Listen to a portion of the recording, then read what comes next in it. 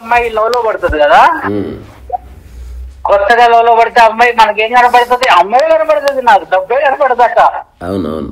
అరే ఎవరితో మాట్లాడినా డబ్బే, పని చేయడమే చేత కాదు. ఎంత పని చేస్తాం మనకి పని, బిజినెస్ చేసేది ఉమ్, కొంత పనే పట్టుకోగలం, మొత్తం పట్టుకోలేం కదా. అవునవును. ఏడు చూసిన డబ్బే కనపడుతుంది. అదేమో మనం ఒక 100 జీవితాలు నాకు ఇచ్చినా గానీ నేను వాళ్ళంత సంపాదించలేను. అవును అవును అవును. మళ్ళీ ఈ మనసేమో డబ్బు కోసం పరిగెడతా ఉంటది. ఉమ్, అసలు ఆ మానసిక మూలస్థితి హాయి ప్లేస్ లో డబ్బు వచ్చి కూర్చుంది నాకు. అచ్చా, ఓకే. దాని అమ్మ ఈ రోజు మన నైట్ అండి ఎర్లీగా నిద్ర పట్టింది, 9కో 10కో నిద్ర పట్టింది. 1 గంటకు లేచాను. ఉమ్, లేచి కూర్చున్నా, ఇది లాస్ట్ లో ఉంది, ఇదేంది సతాయిస్తుంది అని చెప్పి లేవకంలోనే అదే తాటిగా ఉమ్, దీని అంతా చూడాలని చెప్పేసి ఇక కూర్చున్నా. ఏం చేస్తుంది అంటే నేను నైట్ వీడియో సింక్ అయింది ఇక నాకు. అవును. అది వినేటప్పుడు అది నాకు తెలియకుండానే అది వినుకుంటూ జారిపోయినా ఉమ్, ఏదో బై లక్కులో నా మూల స్థితిలో ఆ డబ్బు పట్టుకుందనే నాకు అర్థమైపోయింది. ఉమ్, మామూలుగా ఏంటంటే నా డబ్బు అందరికి అవసరం ఎన్ని తెలిసినాయి కానీ అసలు నా హాయి ప్లేస్ లోనే పోయి కూర్చుందండి. నా కోర్టులో కూర్చున్నప్పుడు నేను ఇంకేం చేస్తా, ఏంటి అమ్మాయిని చూసినా గానీ నాకు అట్లే కనపడతాయి కదా. మన టీనేజ్ లో వాళ్ళు కనపడేవాళ్ళు, ఇప్పుడేమో డబ్బు కనపడుతుంది. అవును. ఇప్పుడు డబ్బు కనపడితే అదేమో రాదు సావదు, దానికేమో ఎన్నో మాయలు మంత్రాలు కావాలా. అదంతా అసలు ముందు నేను ఆధ్యాత్మికతలో చిన్నప్పటి నుంచి ఇంట్రెస్ట్ ఉంది. ఉన్నప్పుడు నాకు అది సింక్ కాదు కదా అసలు. నేనేమో దాంట్లో ఉన్నా, మనసేమో ఇక్కడ ఉంది. అవును. అందరూ ఏం చేస్తారంటే తెలియదు కదా, అందరూ ఏం చేస్తారంటే దాని నుంచి పక్కకి జరుగుతారు. జరిగి కాసేపు చేసి మళ్ళీ డబ్బును అట్లా కాకుండా అసలు మూలాన్ని సరి చేస్తే సరిపోతుంది. అదే అండి, మొన్న కాలంలో వదిలేసేవాడండి. అసలు మొత్తం ఇక కాసినొద్దు మొత్తం, అంటే ఒక రకమైన నిర్జాం వచ్చేసింది. అరే ఏమి కాటలేదు. మాట్లాడే వాళ్ళు మొన్న కాలంలో మాట్లాడారు, వాళ్ళకి ఏదో అర్థమైందని చెప్తున్నారు. అరే నాకు అర్థమైంది, మౌనస్థితి అర్థమై 6 నెలలు అయినా కూడా ఈ దారాలు పోలేదు అసలు. అవును అవును, పోవు అంత అసలు కోర్లో ఏముందో తెలియాలి కదా ముందు. అదండి విషయం. Thank you very much. So ఈ 6 నెలలలో నా ద్వారా మీకు స్ఫురించిన అంశాలు ఏమిటో చెప్పండి. ఒక్కటండి, పోలిక ఫస్ట్ లక్ష్యం ఒకటండి. లక్ష్యము, ప్రయత్నము, బరువు. అసలు ఫస్ట్ లక్ష్యం గురించి చెప్తుంటే అమ్మాయి ఎంత అమాయకంగా ఉన్నాడు, ఎట్ట బతుకుతారు రా బాబు రేసు అనుకున్నా. అసలు నాలో నుంచి తీసేస్తారో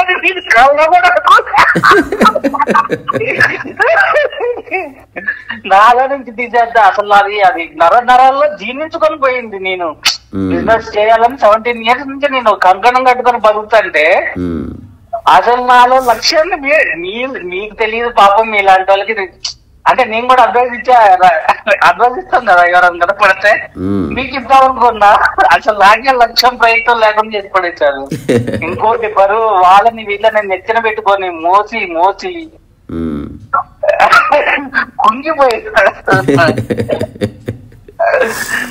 ఇంకా ప్రయత్నం, లక్ష్యం, చూడటం ఇంకేం చూస్తామండి. అమ్మాయిని చూసినట్టు నాకు డబ్బే కనపడుతుంటే మీరు చూడు అంటారు, నాకేం చూసినా డబ్బే కనపడుతుంటే నాకు ఇక మైండ్ లో థాట్ నడుస్తూ ఉంటది కదా. నేను అది చేయాలనుకున్నా అది చేయలేకపోయినా అని చెప్పి మైండ్ లో ఉన్నప్పుడు మీరు నాకు ఏం చెప్పినా కూడా చివరికి కోరలేదు కదా, అక్కడికి పోయి ఆగుతుంది.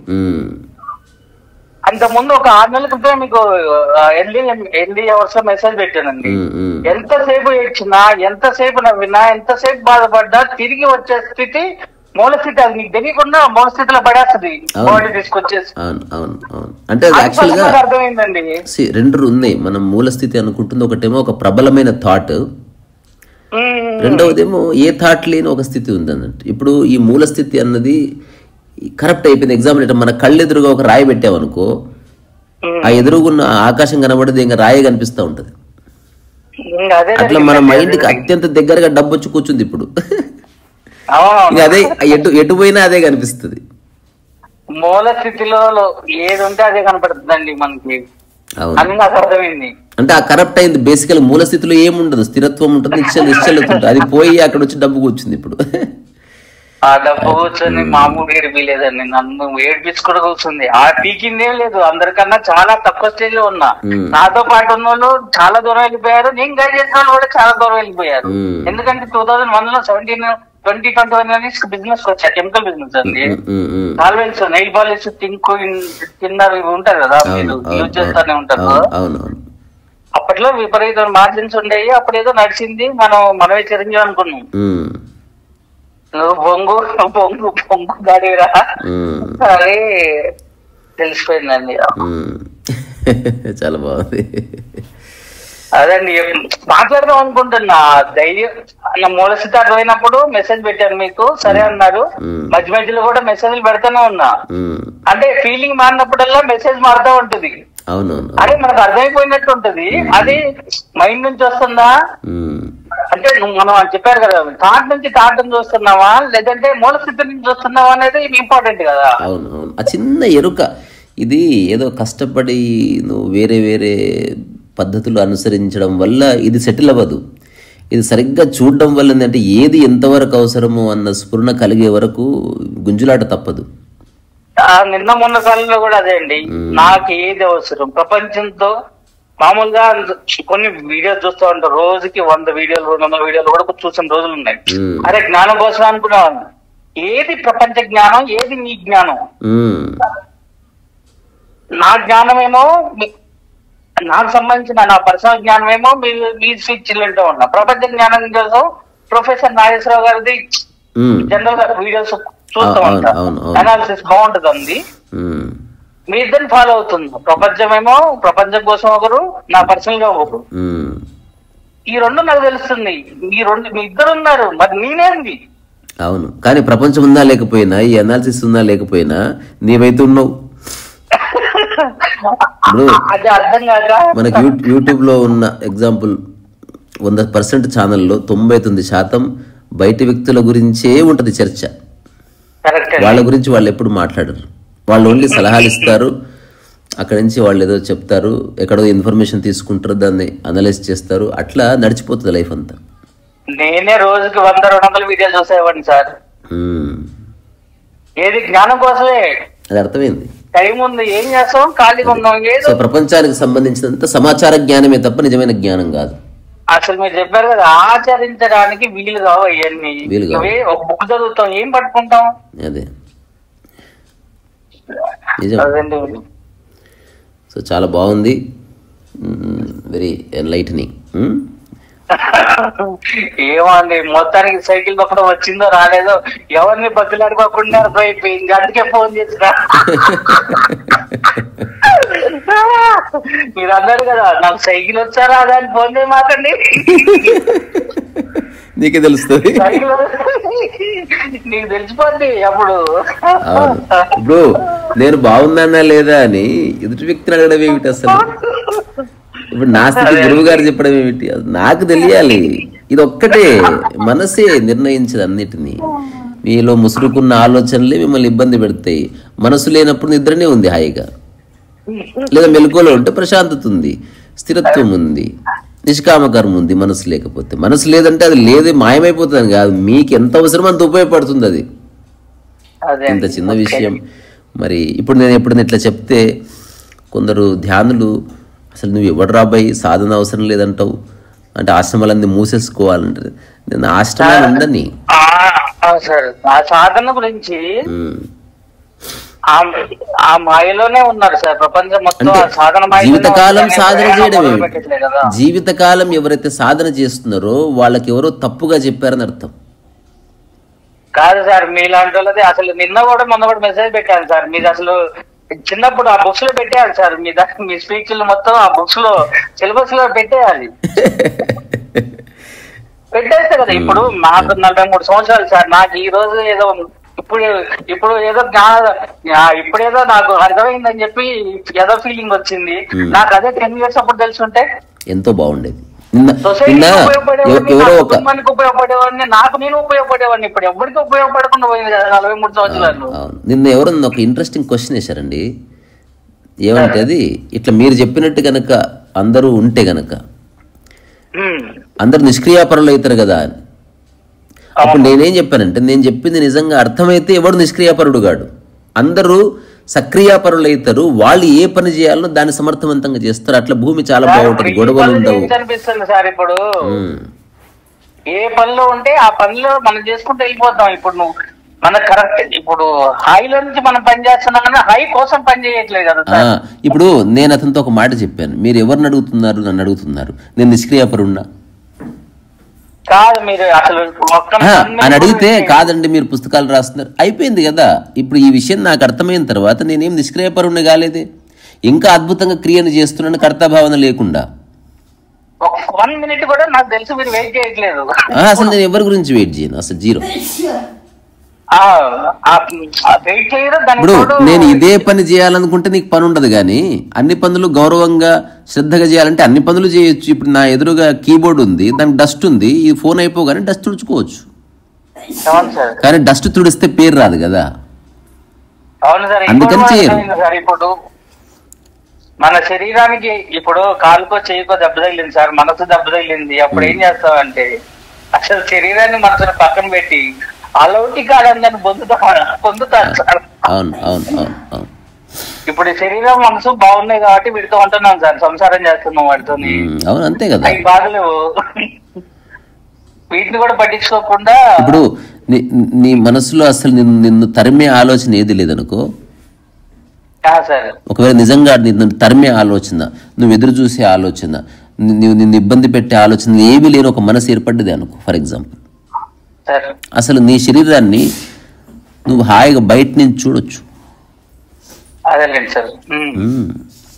కానీ మనిషి ఏమిటంటే ఈ ఎక్స్ట్రావాగాంజా నమ్ముతాడు, ఏదో జరుగుతుంది, పెద్ద తోరణాలు కట్టారు, పెద్ద పెద్ద బాంబులు పేల్చారు, ఇక్కడ ఏదో జరుగుతుంది, ఇది వెళ్ళిపోవాలి. ఇప్పుడు నేను చెప్పేదంటే ఏమీ లేదు, ఏ అంగులు లేవు, ఆర్భాటాలు లేవు, అంటే ఎగ్జిస్టెన్స్ ఇట్లే ఉంటుంది రాబాయ్. ఇప్పుడు పూల చెట్టు ఉంది, మళ్ళీ దానికి బంగారు చైన్ ఎందుకు, సహజంగానే అందంగా ఉంది, మళ్ళీ డెకరేషన్ ఎందుకు భగవాన్. బంగారు పువ్వు పండిద్దామని ట్రై చేస్తున్నాం సార్, ఇప్పుడు దాకా నేను కూడా.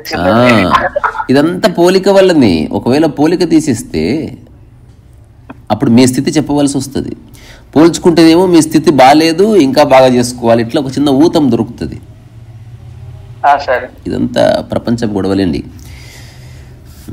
సార్. మీరు ప్రకృతిని ప్రపంచాన్ని విడదీయడంతోనే నాకు సర్వించడం అర్థమైపోయింది సార్. అవును, అదొక గొప్ప రెవల్యూషన్. అర్థమైన వాడు అదృష్టవంతుడు.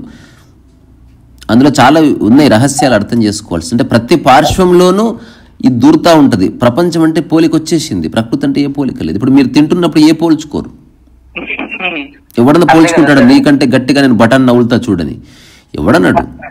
నీకంటే ఐస్ క్రీమ్ బాగా చీక్తా చూడు అని ఎవడన్నా అంటాడు? ఎవడన్నాడు?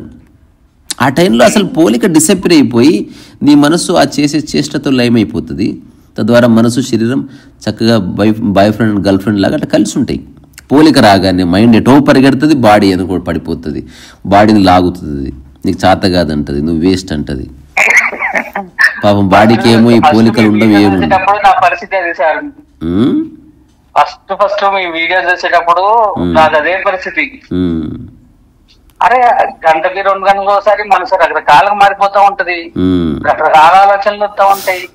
ఇప్పుడు ఎన్నైనా ఆలోచన రానియండి సార్, ఆలోచన బ్రెయిన్ ఉంది, ఆలోచనలు రావడానికి రానియండి, ఎందుకు వచ్చిందో చూస్తాము, దానికి ఏదైనా పని ఉంటే దానికి మన సాధ్యమైతే చేస్తాము, లేకపోతే లేదు, అంతే. ఆలోచనలు రాకుండా చేయడం కాదు నువ్వు చేయవలసి. బిగబట్టుకొని నువ్వు యోగా చేయి, ధ్యానం చేయని చెప్పి చెప్తారు కదా సార్. అవును, నేను ఏ యోగా చేయలేదు సార్, ఏ ధ్యానం చేయలేదు సార్. ధ్యానం అంటే ఇదే, నీ ఆలోచనల్ని నువ్వు చూస్తున్నావు. ఇప్పుడు చాలా మంది ధ్యానం పేరు మీద ఉన్న ఒక తప్పుడు ధారణ తెలుసా? ఆలోచనల్ని రాకుండా చేయాలి, ఆలోచనలు నియంత్రించాలి, ఆలోచనని క్రమబద్ధీకరించాలి. ఇది కాదు పాయింట్. అసలు ఆలోచనలు వస్తే రాని, పోతే నువ్వు దాన్ని పట్టించుకోకు. ఇప్పుడు ఇంత ట్రాఫిక్ వస్తుంది పోతుంది, నువ్వు పట్టించుకోవడం లేదు, అంతే. అది నీది కాదు అది. సో నీవు ఆచరించగలిగే ఆలోచనని తీసుకొని దాన్ని ఆచరించు, మిగతావన్నీ వస్తే పోతే. నిజంగా ఆచరించగలిగే ఆలోచనని మనిషి పట్టుకొని దాని వెంటనే ఆచరిస్తే ఆచరించలేని ఆలోచనలన్నీ మెల్లగా మాయమైపోతాయి. అదే కదా sir correct. Miracle of miracles. ఇది జస్ట్ పూర్తి ఒక స్ఫురణకు సంబంధించింది, ఒక సరైన అవగాహనకు సంబంధించింది తప్ప ఇప్పుడు అదే యోగా చేయొద్దంటే చేయాలి, అది శరీరం కోసం చేయి, శరీరాన్ని ఎక్కువసేపు కాపాడుకోవడానికి. దానికి లిబరేషన్కి ఏ సంబంధం లేదు. నువ్వు ఆరోగ్యం శరీరపరంగా మంచి ఆరోగ్యం ఉండి కూడా మనసు పరంగా నువ్వు దరిద్రుడు అయి ఉండొచ్చు, మనసు పరంగా నువ్వు మూర్ఖుడు అయి ఉండొచ్చు. ఇప్పుడు ప్రపంచంలో జరుగుతుంది ఇదే కదా సార్. అందుకని నేను అదే దారంలో ఉన్నాను మొన్నటిదాకా. ఇప్పుడు ఎవరైతే లిబరేషన్ ని అనుభవించారో ఆ లిబరేషన్ ని ఎక్కువసేపు అనుభవించాలంటే శరీరాన్ని కూడా బాగా పెట్టుకున్నారు వాళ్ళు. అంతే కదా సార్. ఇప్పుడు మూలస్థితి హాయి, ఇప్పుడు శరీరం హాయిగా ఉంది, మనసు హాయిగా ఉంది, ఏం ప్రాబ్లం లేదు. ఇవే బాధపడుతున్నాయి అనుకోండి, అప్పుడు మళ్ళీ అలవతిక ఆనందానికి బాధపడుతుంది, వీటికి నాకు సంబంధం లేదనుకోని బతకాల్సి వస్తుంది సార్. ఇప్పుడు శరీరానికి కీలు ఎముక నరం ఉంది కాబట్టి నొప్పి ఉంటదబ్బా, మనసుకేముంది? మనసు కీలుందా, నరం ఉందా, బొక్క ఉందా, మజ్జ ఉందా, ఏముంది? దానికి ఎందుకు ఉంటది బాధ? బాధ పోల్చుకోవడం వల్ల వచ్చింది బాధ, నువ్వు అనుకుని సాధించలేనందుకు వచ్చింది బాధ, వేరే వాళ్ళ దగ్గర ఉంది నా దగ్గర లేదన్న జుగుప్స వల్ల వచ్చింది, వీటి వల్ల వచ్చింది బాధ. నీది కాంతాన్ని నీది అనుకోవడం వల్ల బాధ వచ్చింది. ఇంత చిన్న విషయం నిజం. మీరు అన్నట్టు నేను యాక్చువల్గా నేను స్కూల్లో లేదా చిన్నపిల్లలకు చెప్పాల్సిన 9 సూత్రాలను ఎప్పుడో రాసుకున్నా. కాదు సార్, ఇప్పుడు ఇలాంటిది జనరల్ గా అవేర్నెస్ ప్రోగ్రామ్ కింద మన చిన్నప్పుడు వచ్చేవాళ్ళు కదా సార్ మోటివేషన్ స్పీకర్స్.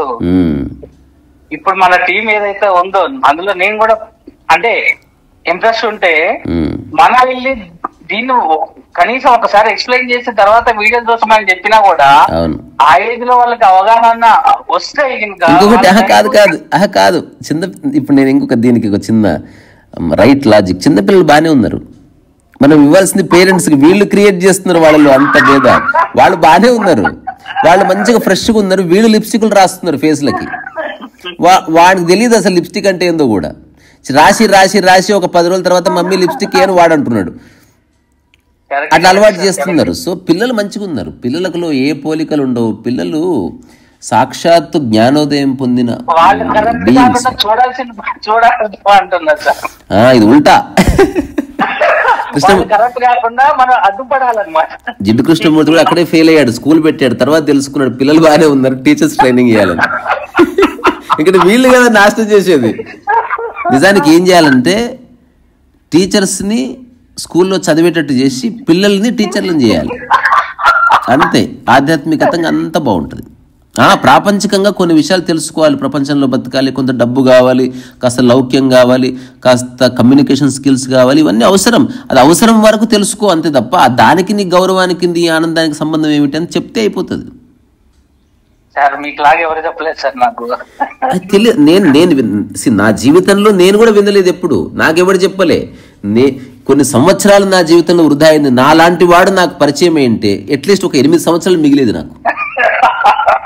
అంటే ఇప్పుడు మేము చేయాల్సిన చేసి లాస్ట్ మీ స్కూల్కి వచ్చేస్తే మాకు అన్ని వచ్చేసినాయి కదా. అంటే ఇప్పుడు సరే, ఇప్పుడు నా మాటలు మీరు వింటున్నారు, ఇంకొక వ్యక్తికి ఇదంతా అబ్సర్డ్ అనిపించచ్చు. అది అతని మానసిక స్థితిని బట్టి అట్లా అనిపిస్తుంది. కానీ సత్యం ఇదే, ప్రకృతిలో నీకే పర్పస్ లేదు అసలు. నువ్వు జస్ట్ హ్యాపీగా ఒక ప్రశాంత స్థితిలో, ఒక నిశ్చలతలో, ఒక సుస్థిరంగా ఉండడానికి పుట్టావంతే. ప్రపంచం వచ్చినందుకు కదా ఈ గొడవ అంతే. నువ్వు ప్యారిస్లో ఉన్నావు అనుకో ఇంకా పరిగెడతావు, పల్లెటూరులో ఉన్నాడు అంత పరిగెడుతున్నాడు, అక్కడ ఎక్కువ లేవు, ప్రపంచమే కనిపిస్తుంది, ఏం పరిగెడుతున్నాడు. అందుకని చిన్నప్పటి నుంచి సార్ జనం పరిగెడతా ఉంటే అప్పటి నుంచి కూడా నేను ఓవర్గా చూడాలనిపించేది. అంతే తప్పితే వాళ్ళతో పార్టిసిపేట్ చేయాలని నాకు ఎప్పుడు ఉండేది కాదు. కాకపోతే ఏది పెరుగుతున్నా కొద్దో వాళ్ళతో పాటు పోవాల్సి వచ్చింది. ఇప్పుడు వాళ్ళకన్నా పాస్ రేస్ లో ఉన్నా కానీ నేను రేస్ లో ఉన్నా అనే విషయం వాళ్ళకి తెలీదు. ఏదేమైనా మన యొక్క సహజ స్వభావాలని మర్చిపోకుండా ఉండడం ఇంపార్టెంట్. మన అస్తిత్వ నియమాల్ని మనం మర్చిపోకుండా ఉండడం ఇంపార్టెంట్. అది ఒక్కసారి నిజంగా స్ఫురించిందనుకో ఒక సహజమైన ప్రశాంతత అట్లా ఆవరిస్తుంది. అది ప్రూవ్ చేయలేం, హఠాత్తుగా ఎవరు గుర్తుపట్టలేరు. కానీ మీరు అట్లే ఉండిపోయినప్పుడు కొంతకాలంలో అందరికీ తెలిసిపోతుంది. ఎందుకంటే మీ నుంచి వచ్చే వైబ్ అది ఎదుటి వ్యక్తిని టచ్ చేస్తుంది, ప్రకృతి మొత్తానికి విస్తరిస్తుంది. అది దానికి ఏ ప్రయత్నం అక్కర్లేదు. నిజంగా జ్ఞానోదయం పొందిన వ్యక్తికి ఏ ప్రచారం అక్కర్లేదు, అతని ప్రయత్నమే లేదు. మళ్ళీ ప్రమోషన్స్ ఎందుకు, తన పనేదో తాను చేసుకుంటున్నాడు అంతే. అక్కడితో అయిపోయింది మ్యాటర్. ఇంక మిగతాది ఏం లేదు. ఇక్కడ సాధించేది లేదు, కోల్పోయేది లేదు. అయినప్పటికీ సాధించబడుతుంది. అది సాధించబడుతుంది కాబట్టి ఇతను చెప్పుకోవడానికి వీలు లేదు, ఇది నా ద్వారానే జరిగింది. అది సాధించబడ్డది అంతే. అతను కూడా నిమిత్త మాత్రుడే. ఇప్పుడు కాలు చేతులు ఆడించినట్టే ఏదో పని చేస్తాము, అయితే అవుతుంది కాకపోతే అంతే. పరిపూర్ణంగా చేయడమే మన పని. పరిపూర్ణంగా అంటే అర్థం తెలుసా? పోల్చుకోకుండా అని. అది ఎప్పుడో పోయింది కదా సార్. అంతే, పోయింది. చాలా బాగుంది. సో మనం మాట్లాడిందంతా రికార్డ్ చేశాను, సరేనా? పర్వాలేదు సార్, ఏదైనా చేయండి. అలాగే, వెరీ గుడ్. ఇలాంటి వాళ్ళు మీ వల్ల నాకు ఎంత యూజ్ అయింది అనేది నాకు తెలుసు కదా సార్. అవును అవును అవును అవును అవును. మీ నవ్వు నచ్చింది నాకు. ఒకసారి నవ్వండి, నేను బాయ్ చెప్పేస్తాను. Thank you very much Risha garu. I love you. ఒక మంచి పాట చెప్తాను, ఆ పాట ఇంటర్నెట్ లో వినండి, చాలా బాగుంటది. చెప్పండి సార్. భగవాన్ भगवान भगवान ओ दुनिया के रखवाले, सुन दर्द भरे मेरे नाले, सुन दर्द भरे मेरे नाले, ओ दुनिया के रखवाले రఖవాలే రఖవాలే. ఈ పాట వినండి, బాగుంది. దునియాకే రఖవాలే అని కొట్టండి. ఈ పాట ఎందుకు తెలుసా? జస్ట్ మనం చేసిన కాన్వర్జేషన్కి అది కాంప్లిమెంటరీ. అంటే తనకున్న అన్ని సమస్యలకి భగవంతుని ప్రార్థిస్తున్నాడు. నేనేం చెప్తున్నా, భగవంతుని తర్వాత ప్రార్థిద్దు, ముందు సమస్యకి రీజన్ ఎందుకు కనుక్కో. ఇది సరే మిత్రమా, మంచిది. Thank you sir. Thank you very much. Thank you.